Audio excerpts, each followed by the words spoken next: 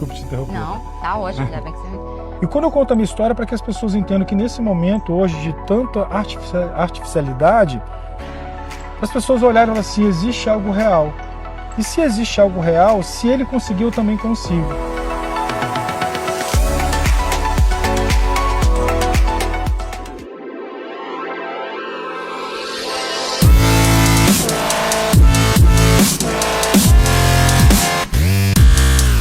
Hoje nós vamos conversar com o Genilson Brito Rodrigues.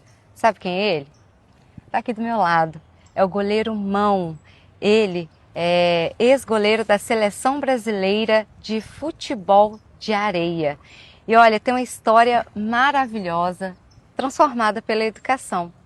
E tem também, né, esse gancho com a rede de ensino Docton, e ele vai explicar para a gente. Eu tenho certeza que você vai se emocionar, vai se inspirar nessa história da vida do nosso goleiro Mão. A gente fala nosso goleiro Mão, né? Porque ele é aqui da casa, da rede de ensino Docton. Mão, eu acho muito interessante que sempre nas entrevistas você deixa bem claro a real mesmo, a sua história real de como você começou. E tem a ver com as ruas, né? Assim, obrigado pelo convite, eu fico muito feliz toda vez que eu venho a Caratinga e principalmente falar da Docton, falar do professor Pedro, falar do professor Cláudio, para mim é muito emocionante, do Léo também, de uma história que tem na Docton. Quando eu conto a minha história, a história real, para as pessoas entenderem que muitas pessoas que observam a televisão e o esporte imaginam que aquele atleta já nasceu dentro da televisão ou por conta de uma condição financeira familiar.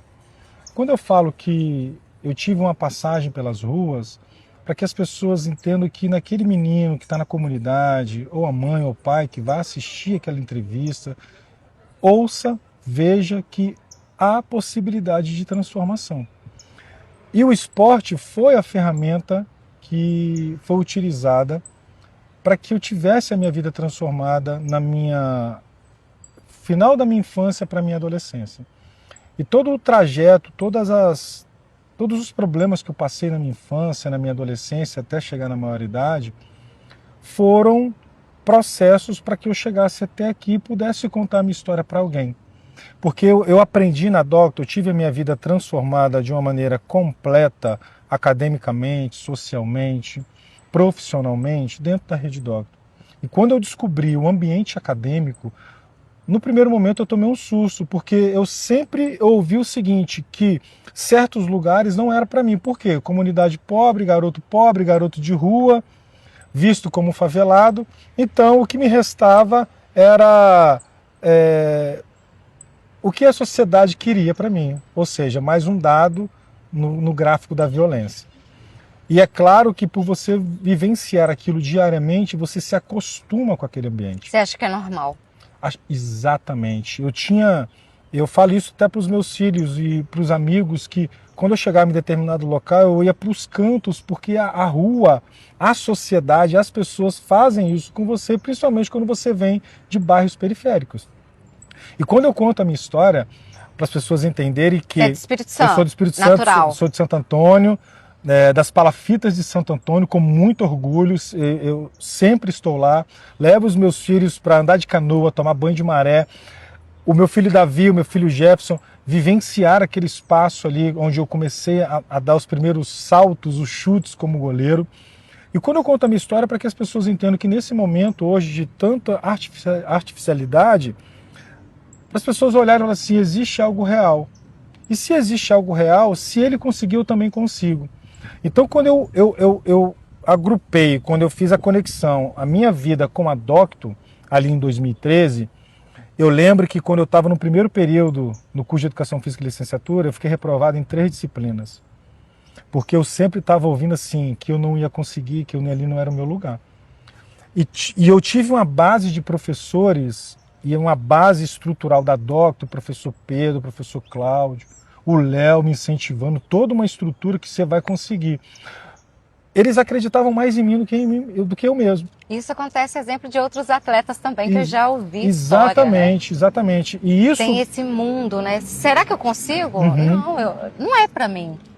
Isso. E você conseguiu provar a prova viva. É para você exatamente, dá para fazer. Que você tá querendo. E quando eu cheguei no segundo período, eu falei, cara, isso aqui é para mim. Eu vou dar aula aqui nessa faculdade. E todo mundo ficaram rindo da minha cara. E hoje eu dou aula na faculdade que eu estudei. Então isso para mim é gratificante. Poder contar a história para as pessoas que dá para fazer, acreditar. Hoje eu faço o processo assim, ó. Não deixa as pessoas te desanimar, não deixa as pessoas te abater, não deixa. Faça com que você produza aquilo que você precisa fazer. Então a minha história com a Doctor, ela é basicamente uma ferramenta. Eu costumo dizer que eu sou um projeto social do professor Pedro, do professor Cláudio e do Léo. Porque são pessoas que vieram para transformar a minha vida. E eu sou muito grato a Deus, por quê? Porque eu conheci eles no momento que eu estava assim, o que eu vou fazer na minha vida quando eu parar de jogar? Porque ser visto como um ex-goleiro da seleção, tudo bem, tem uma história, mas era muito pouco para a história que eu construí de infância, adolescência e maioridade. E hoje, agrupando, né, fazendo essa articulação com a educação, esporte, levando até a comunidade, mostrando para os adolescentes que eles podem também realizar o sonho, que não seja no futebol de areia, mas seja no futsal, no futebol de campo ou em outra modalidade, mas que esteja articulado com a educação, porque educação e esporte, sim, transforma a vida das pessoas e transformou a minha. Isso é importante, mas, irmão, eu acho que, assim, vão aproveitar esse momento seu para que as pessoas também entendam e possam conhecer um pouco mais desse seu desejo, né? Como que surgiu, como que você chegou ao futebol de areia e até a seleção brasileira? Eu cheguei no futebol de areia, foi dos meus 14 para os 15 anos, ali, quando eu encontro meu pai morto no lixão de Santo Antônio. Nossa. Meu pai era alcoólatra e eu encontrei ele morto no lixão. E naquele dia eu me lembro muito bem que foi, hoje eu vejo que foi engraçado. Por quê? Porque minha mãe falou assim, ó, a gente não tinha dinheiro para enterrar. A vizinhança fez uma vaquinha lá, comprou um caixão e botou lá no cemitério e tá tudo certo. Cheguei em casa, uma casinha bem simplesinha. Minha mãe falou assim, meu filho, o que você vai fazer agora para sua vida? Seu pai morreu. E aí? Quantos irmãos? Sou eu e o Carlos, né, o mais velho. E tem a Natália, que nós adotamos ela bem novinha. E ali, assim, uma cozinheira, sem perspectiva de nada, semi-analfabeto. E ali eu falei, mãe, meu sonho é ser goleira de futebol. Ela me deu uma surra, porque na cabeça dela era coisa de vagabundo, aquela coisa toda. E eu me lembro muito bem disso. Eu falei, a partir de hoje, você vai trabalhar para você fazer as suas coisas. Então, eu não fui do jeito dela, ela me ensinou. Meu pai, vou falar para as pessoas que estão me assistindo, meu pai foi meu herói. Meu pai me ensinou muitas lições. O mal que ele fazia era para ele mesmo, por conta da bebida. A minha mãe é um exemplo de mulher, semi-analfabeta, criou uma família, uma estrutura. Os valores que nós carregamos hoje vêm dela e do meu pai também. Porém, a gente aprende também com a vida outros valores, que é o quê? Você saber o momento de refletir o que é bom e o que é ruim. E ali eu fui no Areal de Santo Antônio, depois de tudo, sentado no meio-fio. Todo dia tinha um futebol que eles chamam de pelada lá. Eu cheguei sentado no meio-fio e faltou um goleiro.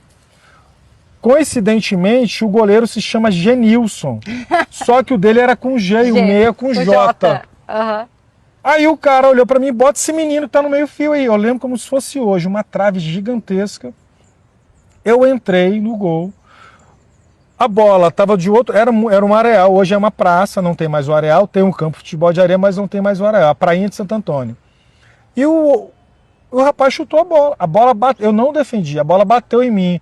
O cara falou bem assim, fica aí que você está agarrando bem. E eu peguei aquela palavra, você está agarrando bem. E toda vez que eu treinava, toda vez que eu jogava, eu lembrava daquele cara falando, fica aí que você está agarrando bem. Nossa, aqui até arrepiando. O poder da palavra na vida do próximo. E depois daquele dia, eu entendi que tudo que eu fizesse dentro do futebol, eu estaria fazendo muito bem. Eu sempre fui, como atleta, muito dedicado nos treinos, meio que perfeccionista. As pessoas falavam que você é chato, e de fato, porque aquela palavra ecoava nos meus ouvidos, fica aí que você está agarrando bem. E eu acreditei. E aí eu até brincava, eu acredito até hoje, porque né, Eu tinha que treinar para ser bom, para se me tornar bom. E eu nunca me achei um bom goleiro. Eu sempre me achei esforçado, além daqueles que não queriam se esforçar. Então a minha história começou ali no Areal de Santo Antônio. Joguei alguns campeonatos amadores, e com esses campeonatos amadores em Camburi, o time de Bangu, o time do Canarim, que era lá de Santo Antônio, o time do Pratsuá, entra a era da profissionalização em 2000. Monta-se um time do município de Serra, ao qual eu moro hoje, e eles me contratam. Só que o time era muito estrelado, só tinha cara de seleção brasileira, e eu era o único que estava vindo do futebol amador, ou seja, do futebol de areia amador. E eu lembro muito bem que nós fomos fazer os exames na UFES, exames médicos para saber a capacidade física do atleta. Teve um médico lá que ele é muito renomado, e depois eu encontrei com ele, fizemos todos os exames, aí veio para o anúncio dos exames. Ele falou assim, se esse rapaz for o goleiro do time, vocês perderam o campeonato. Porque ele, a única coisa que ele tem, falando de mim, você. no meio de todo mundo. Porque a única coisa boa que ele tem, mais ou menos, é a altura. O resto, ele é péssimo em tudo. Eu falei, eu sou o menorzinho aqui pensando, né? Nem bem cheguei, já vou ter que sair. E ali acreditaram em mim. Porque eu já tive uma história no amador e pelo potencial que eu já tinha construído. Aí eu comecei a treinar, fui me desenvolvendo. Resumindo a história, fui o melhor goleiro da competição, fui campeão e aquele ano fui convocado para a seleção capixaba. Nossa, que incrível.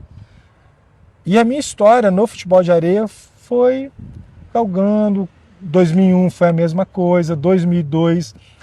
Quando eu chego em 2002, já as pessoas sempre falavam assim, a revelação mão.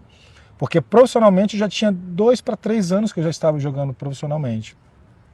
Chega em 2003, eu vou para o Rio de Janeiro, jogar na seleção do Rio, jogo um campeonato brasileiro, sou o melhor goleiro do brasileiro.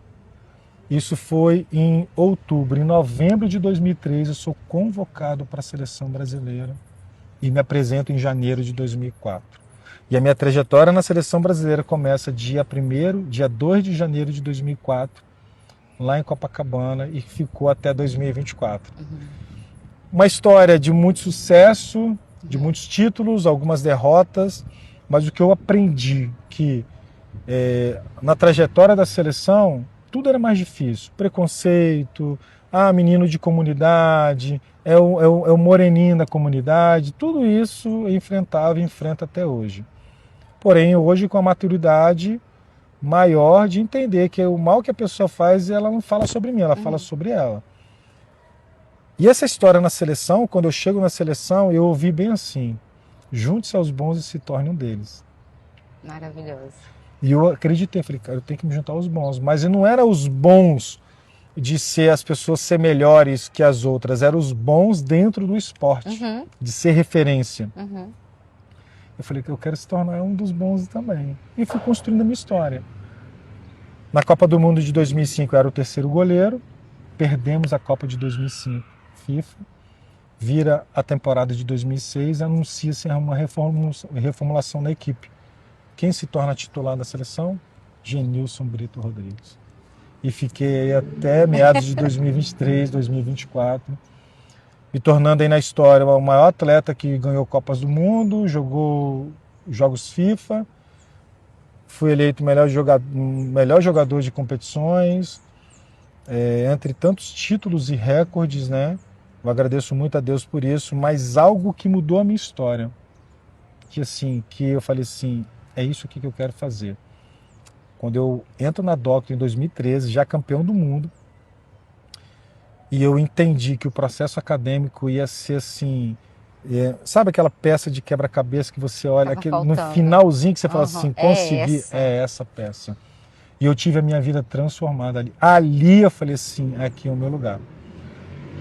E muitas das vezes eu deixei de jogar em alguns clubes, alguns times, por conta de falar assim, não, porque eu estou estudando, estou fazendo faculdade e agora eu estou mais focado, estou diminuindo as minhas viagens, porque eu não estou pensando agora, eu estou pensando mais para frente. Muita gente não entendia. Me chamava de doido, que eu estava fechando porta. Não, tudo bem, eu até entendo. é um direito meu de escolher, eu escolho optar em fazer a minha faculdade, meus estudos. E a minha história na seleção foi essa. Hoje todo mundo conhece o Mão como multicampeão, né?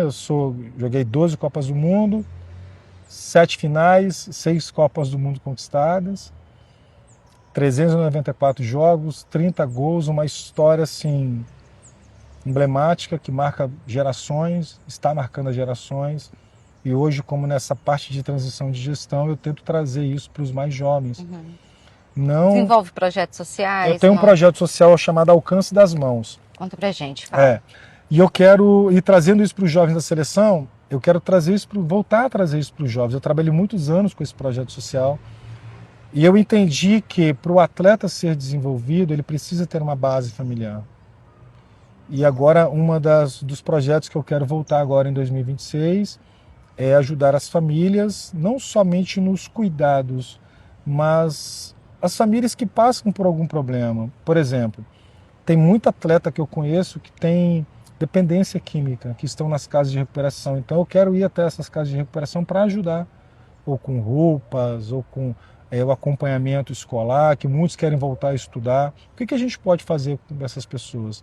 Então um dos intuitos de regressar com o projeto Alcance das Mães 2026 é fazer com que essas pessoas sejam atendidas, assim como o professor Cláudio, o professor Pedro, o Léo fez comigo. A minha vida foi transformada na Docto, tanto que o meu irmão fez faculdade na Docto depois, a minha filha estudou no colégio americano, os meus filhos mais menores estudam. Então, assim, não é somente estar como colaborador, é uma gratidão. E eu sei que tudo passa, como a minha vida de atleta passou. E ainda as pessoas acham que eu estou até jogando por conta de eu treinar algumas vezes. Sim. E as pessoas, você está jogando? Não, porque eu gosto de treinar. Mas o que eu falo com as pessoas, assim, o meu pai me ensinou algumas coisas. E uma das coisas que o meu pai me ensinou foi fantástica. Ele sempre falava comigo muitas coisas, mas eu sempre registrei o que ele falou. Ele falava assim: meu filho, seja grato com quem te ajuda. E cuidado com o que você vai fazer na vida das pessoas. Porque se você fizer o mal às pessoas, tenha certeza disso, que aqui se faz, aqui se paga. E aquela questão da gratidão ficou muito comigo, e eu sou muito grato. As pessoas acham assim, você é muito próximo. É minha gratidão, é a maneira que eu tenho de agradecer. Porque quando eu tenho um coração grato, você vive leve, sabe? Você não tem tantos conflitos. Então, hoje a minha história com a Docto, a minha história com a seleção, elas se completam. Todo mundo na seleção pergunta, e lá na faculdade? Assim como na faculdade pergunta na seleção. Então, assim, eu vi que foram duas ferramentas, uma junção que mudou a minha história, e agora está na hora de mudar a vida de outras pessoas também. Isso é ótimo.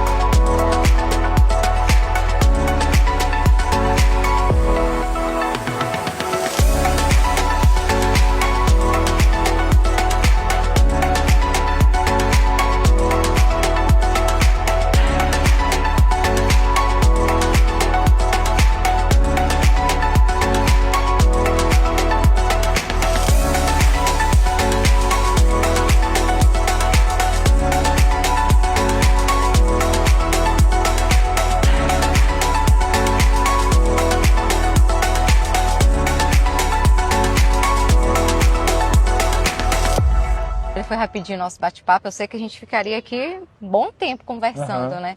Mas te agradeço, Mão. Eu tirei aí rapidinho de um evento, a inauguração aqui do Ginásio Poliesportivo Professor Cláudio Leitão. Mas eu não podia deixar, né, passar e não gravar com você, porque você tem uma história muito bacana que deve ser compartilhada e pode ser, sim, utilizada como exemplo de superação, né? O Mão falou rapidamente da questão do preconceito, da dificuldade, de onde ele veio e dessa superação. E a partir do momento superou, conseguiu alcançar os objetivos, agora ele retorna e continua ajudando quem precisa. Isso é maravilhoso. Exatamente. E um dos projetos de vida que eu tenho como futuro advogado... Você tem 3 faculdades? Eu estou indo para a terceira faculdade. 3 faculdades. Eu estou indo para a terceira faculdade. Como advogado, é poder ofertar para as pessoas de comunidade um auxílio jurídico, aquilo que elas não podem pagar. Então, assim, nós temos um exemplo muito claro, né?